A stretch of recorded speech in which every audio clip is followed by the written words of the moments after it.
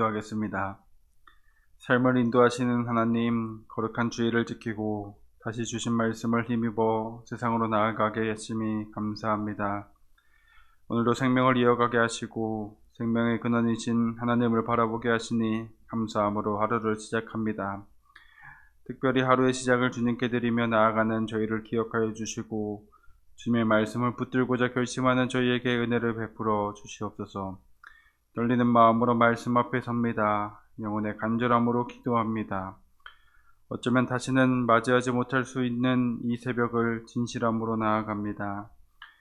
모든 것을 주님께 맡기며 엎드리는 저희와 함께하여 주시옵소서. 우리의 주님 되시고 지금도 살아계신 하나님을 경험하기를 소망하며 잃어버린 한 마리 어린 양을 찾아 떠나시는 참된 목자이신 예수 그리스도의 이름으로 기도드립니다. 아멘. 하나님의 말씀 보겠습니다. 오늘 우리에게 주신 말씀은 이사야 10장 12절부터 16절까지 말씀입니다. 제가 가지고 있는 성경 구약성경 979쪽에 있는 이사야 10장 12절부터 16절까지 말씀 제가 봉독하겠습니다.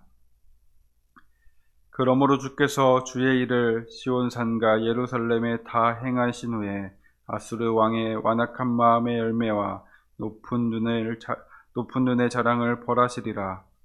그의 말에 나는 내 손의 힘과 내 지혜로 이 일을 행하였나니 나는 총명한 자라. 열국의 경계선을 걷어치웠고 그들의 재물을 약탈하였으며 또 용감한 자처럼 위에 거주하는 자들을 낮추었으며 내 손으로 열국의 재물을 얻은 것은 새의 보금자리를 얻음 같고 온 세계를 얻은 것은 내버린 알을 주움 같았으나 날개를 치거나 입을 벌리거나 지저귀는 것이 하나도 없었다 하는도다. 도끼가 어찌 찍는 자에게 스스로 자랑하겠으며 톱이 어찌 켜는 자에게 스스로 큰 채 하겠느냐. 이는 막대기가 자기를 드는 자를 움직이려 하며 몽둥이가 나무 아닌 사람을 들려 함과 같음이로다. 그러므로 주 만군의 여호와께서 살찐 자를 발휘하게 하시며 그의 영화 아래에 불이 붙는 것 같이 맹렬히 타게 하실 것이라. 아멘. 오늘도 하루를 말씀과 기도로 시작하신 여러분들의 삶 가운데 주님이 주시는 평화와 은혜가 가득하길 소망합니다. 우리가 살아가는 세상에는 두 종류의 선이 있습니다. 하나는 보이는 선이고 다른 하나는 보이지 않는 선입니다. 보이는 선은 눈에 보이는 선입니다. 결승선, 경기장의 라인, 주차선처럼 누구나 쉽게 인식할 수 있는 선입니다. 이 선을 넘으면 반칙이 되고 아웃이 되고 제재를 받습니다. 반면에 보이지 않는 선도 있습니다. 눈에 보이지는 않지만 분명히 존재하는 선입니다. 말의 선, 행동의 선, 권한의 선, 책임의 선과 같은 것들이 있지요. 예의를 넘어서는 말, 용납될 수 없는 행동들, 자기에게 주어진 권한을 넘는 결정들, 바로 이것들이 포함됩니다. 이 선을 넘는 순간 그 사람은 신뢰를 잃게 됩니다. 관계가 흔들리고 자리가 불안해지고 주변 사람들은 또 저 사람이 선을 넘는 거 아니야 하며 경계하게 됩니다. 운동 경기에서 선을 넘으며 아웃되듯이 보이지 않는 선을 넘는 사람은 결국 공동체 안에서 설 자리를 잃게 됩니다. 그런데 오늘 우리가 읽은 이사야 10장에서는 이 보이지 않는 선을 넘어버린 사람들이 등장합니다. 그것도 사람의 그은 선이 아닌 하나님께서 그어놓은 선을 넘어버리는 사람들입니다. 한 무리는 하나님의 백성 이스라엘이었고 다른 한 무리는 하나님께 쓰임받았던 이방나라 아수르였습니다. 이사야 10장은 9절의 말씀과 바로 이어집니다. 특별히 북이스라엘, 에브라임과 사마리아로 대표되는 하나님의 백성에 대한 심판이 연속됩니다. 1절과 2절에서는 하나님께서 그들을 왜 심판할 수밖에 없는지에 대한 이유를 분명히 말씀하십니다. 그들은 불의한 법을 만들었고 약자를 보호하기는커녕 그들을 괴롭혔으며 가난한 자들의 권리를 빼앗았고 과부와 고아의 몫을 도둑질했습니다. 이는 단순한 실수가 아니었습니다. 그저 육신의 정욕을 따라 하나님께서 분명히 그어놓으신 그 선을 지어버리는 행동이었습니다. 하나님이 정하신 기준을 무시하고 자신들에게 유리한 새로운 선을 다시 그어버린 것입니다. 그래서 하나님께서는 이렇게 묻습니다. 이사야 10장 3절 말씀입니다. 벌하시는 날과 멀리서 오는 환난 때에 너희가 어떻게 하려느냐? 누구에게로 도망하여 도움을 구하겠으며 너희의 영화를 어느 곳에 두려느냐? 아멘. 재앙의 날에 너희는 어디로 도망을 하겠느냐? 하나님은 이렇게 질문하십니다. 이 말은 그들을 걱정해서 하는 말이라기보다는 너희가 전능하신 하나님 손 안에서 숨을 곳은 없다라는 의미입니다. 하나님께서는 하나님의 보호가 혈통이 아니라 하나님의 말씀의 경계 안에 있는 사람들에게 달려있음을 분명하게 하십니다. 5절부터는 시선이 이방나라 아수르로 옮겨집니다. 이제 아수르를 향한 하나님의 말씀이 시작됩니다. 5절 말씀입니다. 아수르 사람은 화 있을진저 그는 내 진노의 막대기요 그 손의 몽둥이는 내 분노라. 아멘. 아수르는 당시 가장 왕성하고 가장 강력했던 나라입니다. 하나님께서는 그 아수르를 자신의 도구라 부르십니다.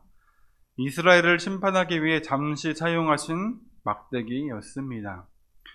역사적으로도 아수르는 북이스라엘을 멸망시켰던 나라입니다. 기원전 721년 북이스라엘은 하나님의 말씀대로 아수르의 손에 의해 처참히 무너지게 됩니다. 그 아수르의 강력함은 하나님의 허락에 의해 생겼습니다. 심지어 아수르의 영향력은 남유다에게까지 퍼집니다. 아수르는 남유다보다 더 남쪽에 있던 애굽마저도 움직이지 못하게 만들었습니다. 이사야 선지자는 아수르가 강성하여지고 영향력이 확대되는 것이 하나님의 뜻이라 말합니다.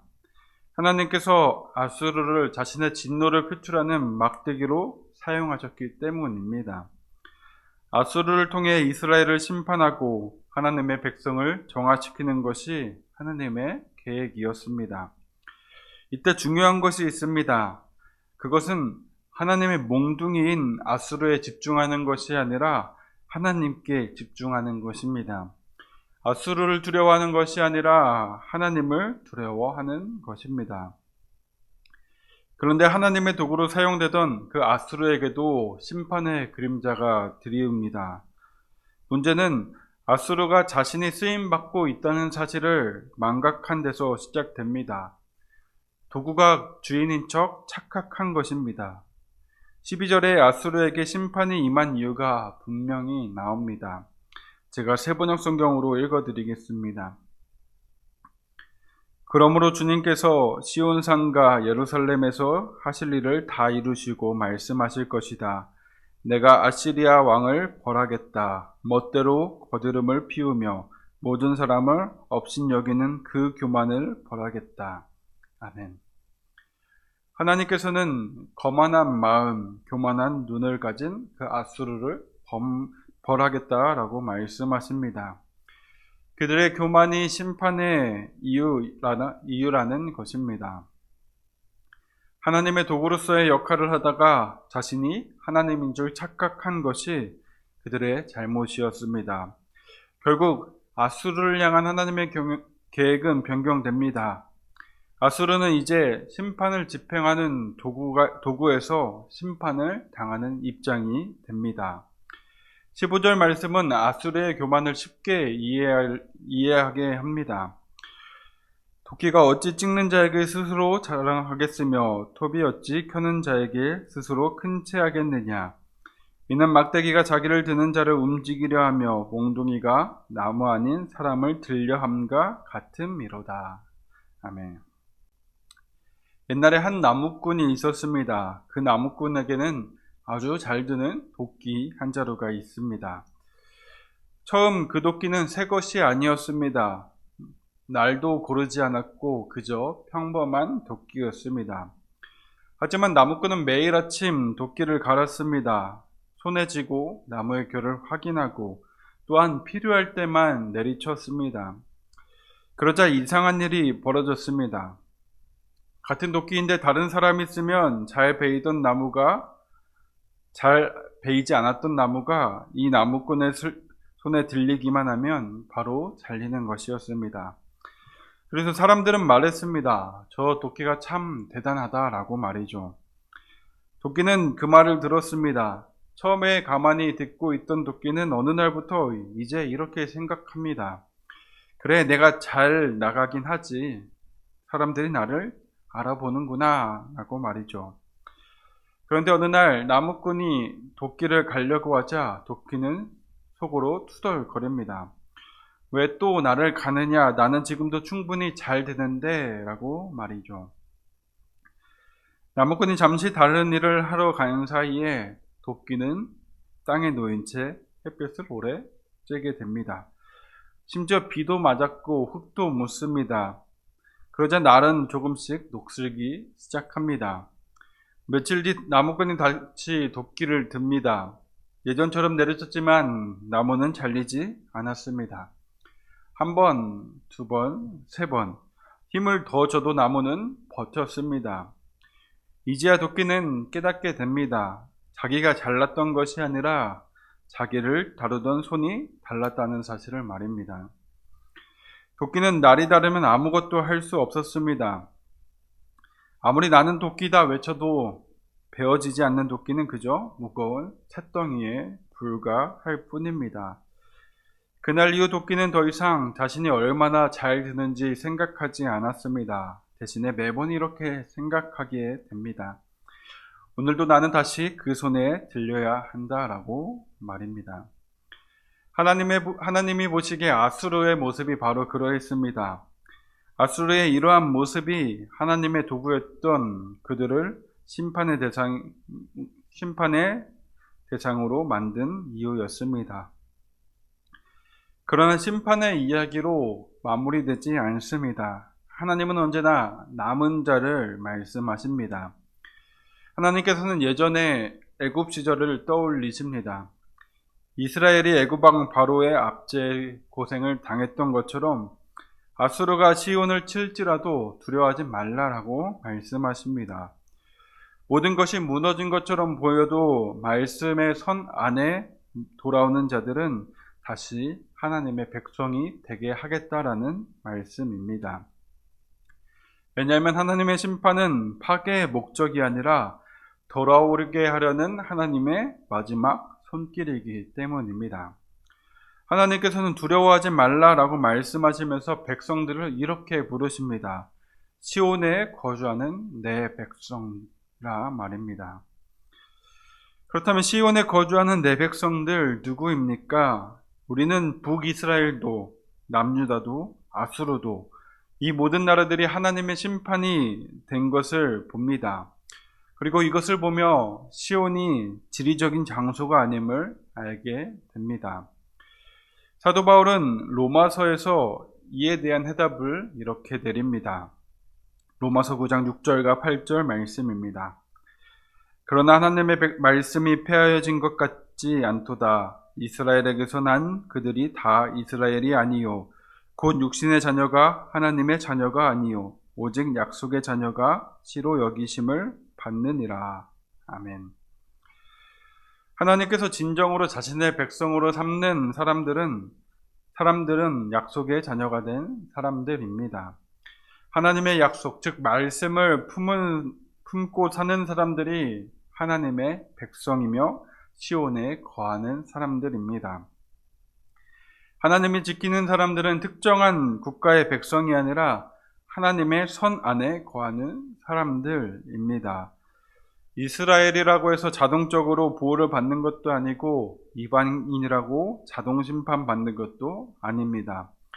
그렇기에 중요한 것은 말씀의 경계 안에 서 있느냐 하는 것입니다. 28절부터는 하나님의 도구였던 아수르가 심판을 당하는 날 하나님께서 유다에게 풍성함과 강성함을 주심으로 옥의 멍에가 부러진다는 말씀, 이 말씀이 어떻게 구체적으로 이루어지는지 잘 묘사하고 있습니다. 아수르의 대군이 이제 유다 영토의 경계 지점인 아얏에 들어옵니다. 그리고 미그론을 지나 예루살렘에서 약 14km 떨어진 믹마스에 병참 기지를 설치합니다. 이후 협곡을 넘어 게바까지 진을 칩니다. 아수르가 이 지역을 지나가는 동안 라마의 백성들은 공황 상태에 빠졌고, 기브아는 백성들이 성을 버리고 도망쳐 텅 빈 성읍이 되었습니다. 이어서 갈림과 라이사, 아나돗, 맛베나, 게빔이 아수르에 의해 줄임당합니다. 놉은 예루살렘에서부터 불과 1.6km 떨어진 성읍으로 아수르는 정말로 코앞까지 진격합니다. 이 절체절명의 위기 가운데 이사야 선지자는 우리들에게 당당히 외칩니다. 보라! 라고 말입니다. 연전연승을 거듭하며 패배를 몰랐던 그 아수르를 하나님께서 나뭇가지 치듯이 칠 것이다 라고 말합니다. 레바논의 거대한 백향목과 같은 건장한 가지를 사방으로 뻗쳤던 그 아수르가 한순간에 배임을 당할 것을 보라라는 것입니다. 이처럼 이사야 10장은 절대적인 주권을 갖고 계신 하나님을 설명하면서 하나님의 보호를 받는 자는 누구이며 하나님의 심판을 받는 사람은 누구인지 설명합니다. 말씀을 통해 우리가 알 수 있는 것은 하나님의 보호와 심판의 대상은 특정한 국가, 특정한 사람이 아니라는 사실입니다. 이스라엘 사람이라고 해서 무조건적인 보호를 받는 것도 아니고 이방 나라라고 해서 하나님의 심판의 대상인 것도 아닙니다. 하나님의 백성임에도 불구하고 하나님의 매를 맞을 수도 있고 이방 나라임에도 하나님께 쓰임 받을 수도 있습니다. 우리에게 있어서 정말로 중요한 것은 우리가 하나님의 선을 잘 지키고 있느냐 하는 것입니다. 하나님의 말씀의 경계에서 벗어나지는 않았는지, 하나님께서 부여해 주신 권한을 넘어서지는 않았는지, 하나님 앞에서 자신의 주제를 파악하지 못해 오만한 태도를 보이고 있지는 않는지, 이것을 점검하는 것이 더욱더 중요합니다. 왜냐하면 하나님께서 보호하시고 돌보시는 백성은 이스라엘이 아니라 하나님의 거룩한 공간, 영적인 시온에 거주하는 백성이기 때문입니다. 그렇다면 우리는 어떻게 이 선을 잘 지키며 살아갈 수 있을까요? 하나님께 쓰임 받으면서도 동시에 심판의 대상이 되지 않을 수 있을까요? 우리가 하나님께 쓰임 받을 때 반드시 기억해야 될 것 몇 가지가 있습니다. 첫째는 우리가 누구에게 쓰임 받고 있는가? 두 번째는 무엇을 위해 우리가 쓰임 받고 있는가? 그리고 세 번째는 이왕 쓰임 받는 것 끝까지 쓰임 받아야 한다라는 것입니다. 다시 말해서 나는 하나님의 도구에 불과하며 나를 통해 일어나는 일들은 나의 능력이 아니라 하나님의 능력임을 잊지 말아야 한다는 것입니다. 그리고 이를 위해서 우리가 해야 될 것은 감사입니다. 우리는 무엇보다도 쓰임받는 동안 끊임없이 감사해야 합니다. 감사할 것을 찾아야 합니다. 왜냐하면 감사를 잃어버리면 우리는 착각에 빠지게 되고 착각에 빠지면 교만해지기 때문입니다. 하나님의 백성에게 감사는 겸손의 표현이 아니라 우리가 여전히 하나님의 손에 들려있음을 고백하는 신앙의 상태입니다. 이스라엘은 하나님의 은혜로 언약을 받았지만 그것을 감사로 여기지 않다가 스스로 말씀에 주인 척 행동하였고 결국 심판의 대상이 되었습니다. 아수르는 이스라엘이 정신을 차리고 본연의 사명을 온전히 감당하도록 쓰임받는 조연이었지만 자신이 주연인 척 착각하다가 모든 것을 빼앗기고 잃어버리게 되었습니다. 여러분, 하나님께 쓰임받지 못하는 사람이 되지 않을까 두려워하지 마시기 바랍니다. 우리가 진정으로 염려해야 될 것은 쓰임받는 동안 누가 나를 들고 계신지 잊어버리는 것입니다. 스스로 하나님의 백성이라 착각한 채 살아가다가 심판의 대상이 되는 것이 우리들에게 가장 두려운 일입니다. 그렇기에 하나님께서 문제를 삼으시는 것은 우리가 약하다라는 사실이 아니라 하나님의 선을 지어버리고 살아가는 우리들의 태도입니다. 이 시간 말씀을 보며 기도로 주님께 나아가는 모든 분들이 매 순간 하나님의 말씀의 영역 안에 머물기를 바랍니다. 하나님께서 세우신 법을 떠나지 않고 하나님이 그으신 선을 넘지 않기를 바랍니다. 과거에 하나님께 쓰임받고 복을 받았다라는 사실로 인해 나는 심판의 대상으로부터 벗어날 것이다 라는 착각에 빠지지 마시기 바랍니다. 우리가 주님 앞에 오만한 태도를 보일 때 우리가 주님의 주권을 인정하지 않고 권한 밖의 행동을 할 때 우리가 과거에 하나님께 어떻게 쓰임받았는지 상관없이 우리도 심판의 대상이 될 수 있음을 기억하시기 바랍니다. 이제는 언제나 겸손함으로 주님의 말씀 앞에 순종함으로 주님의 울타리 안에 거하여 하나님의 보호를 받는 하나님의 백성들이 되기를 간절히 바랍니다. 제가 기도 제목 나누고 함께 기도하기를 원합니다. 먼저는 말씀을 붙들며 기도하기를 원합니다. 하나님의 선 안에 거하는 삶을 살게 하여 주시옵소서. 하나님께 쓰임받고 있다는 사실에 취하지 않게 하시고 내가 주인인 척 착각하며 선을 넘지 않게 하시며 매 순간 말씀의 경계 안에서 겸손히 살아가게 해달라고 나를 붙드시는 분이 하나님이심을 잊지 않게 해달라고 기도합시다. 다음은 한 주간의 삶을 위해 기도합시다. 새로운 한 주를 주님께 맡깁니다. 이번 한 주의 계획과 일정, 만남과 선택을 주님의 손에 맡기게 하시고 일터와 가정, 학교와 삶의 자리에서 지혜와 평안을 주시며 조급함이나 염려가 아니라 성실함과 정직함으로 하루하루를 살아가게 하여 주시옵소서. 바쁘고 반복되는 일상 속에서도 하나님을 잊지 않는 한 주가 되게 해달라고 기도합시다. 마지막으로 교우들의 건강을 위해 기도하셨으면 좋겠습니다. 계속되는 추위 속에서 연약해진 몸을 보호해 주시고 감기와 독감, 각종 질병으로부터 지켜주시며 특히 병중에 있는 성도들에게 회복의 은혜를 더하여 주시사 몸의 건강뿐 아니라 맑은 정신과 마음의 평안 그리고 영적인 강건함도 허락해달라고 중보하며 기도하기 바랍니다. 제가 기도하겠습니다. 천지를 창조하시고 주관하시는 하나님, 모든 만물이 주님의 손에 달려있음을 고백합니다. 또한 손수 지으신 세계를 친히 돌보시고 다스리심에 감사를 드립니다. 저희가 날마다 주님의 돌보심으로 인해 살아가지만 그 은혜가 너무나 익숙해서 나의 힘으로 이룬 것처럼 여길 때가 있음을 고백합니다. 자신도 모른 채 하나님의 영광을 가로채고 하나님의 영역을 침범하지는 않았는지 돌아봅니다. 주님의 말씀을 보며 느끼는 이 두려움 가운데 새롭게 시작된 하루를 살아가게 하옵소서. 주님의 말씀에서 벗어나지 않으며 주님께서 허락하신 것 이외에는 욕심을 내지 않게 하옵소서. 그리하여 언제나 주님의 돌보심만이 임하며 주님의 심판으로부터 벗어나게 하옵소서. 오늘도 여전히 저희 앞에 놓여있는 문제 앞에서 주님의 손길을 찾습니다. 크시고 강하신 팔로 우리를 덮어주시사 세상의 문제 앞에서도 지켜주시고 주님의 인도하시는 길을 따라 걸어가게 하옵소서. 주님보다 작은 일에 겁내지 않게 하시고 주님보다 약한 것 앞에 두려워 떨지 않게 하옵소서.